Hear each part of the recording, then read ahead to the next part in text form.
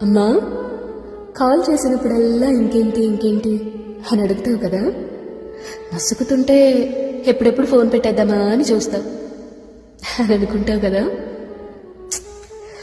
నిజానికి చెప్పడానికి చాలానే ఉంటాయమ్మా, కానీ చెప్పాలన్న మనసే ఉండదు.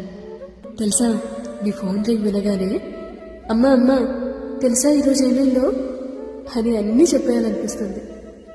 చిన్నప్పుడు దెబ్బ తగలగానే అమ్మా అని పిలిచినట్టు ఇప్పుడు కూడా ఎదురు దెబ్బ తగిలిన ప్రతిసారి అమ్మా అని మనసు తెలియకుండానే అరిచేస్తుంది.